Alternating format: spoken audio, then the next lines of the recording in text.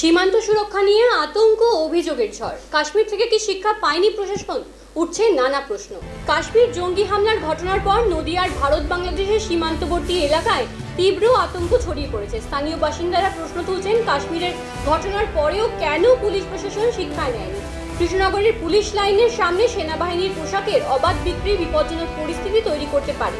প্রায় 100 মিটার দৈর্ঘ্যের নদিয়া সীমান্তের অরক্ষিত থাকার অভিযোগ উঠছে, যেখানে বাংলাদেশি অনুপ্রবেশকারীরা দালাল চক্রের সহায়তায় সহজেই প্রবেশ করে ভারতীয় নথি ও ব্যাংক অ্যাকাউন্ট তৈরি করছে। স্থানীয়দের দাবি, মালদা ও মুর্শিদাবাদের নাশকতার পুনরাবৃত্তি রুখতে সীমান্ত বিএসএফ এর নজরদারি বাড়ানোর প্রয়োজন। বর্তমানে রাজনৈতিক তরজা জানিয়ে তুঙ্গে। তৃণমূলের স্থানীয় নেতারা বিএসএফ এর ভূমিকা নিয়ে প্রশ্ন তুলছে, অন্যদিকে বিজেপি নেতারা অনুপ্রবেশের জন্য তৃণমূল আশ্রিত দালালদের দায়ী করছে এবং হিন্দুদের উপর অত্যাচারের অভিযোগ এনেছে। সব মিলিয়ে সীমান্ত সুরক্ষা এবং অনুপ্রবেশ রোধে দ্রুত ও কঠোর পদক্ষেপের দাবি জানাচ্ছেন নদিয়ার সীমান্তবর্তী এলাকার মানুষজন। এই দোকান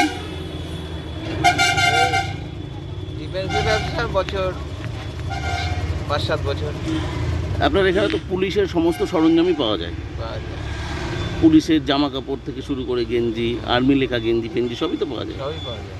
বেচাকেনা কেমন এখন এই গরমে?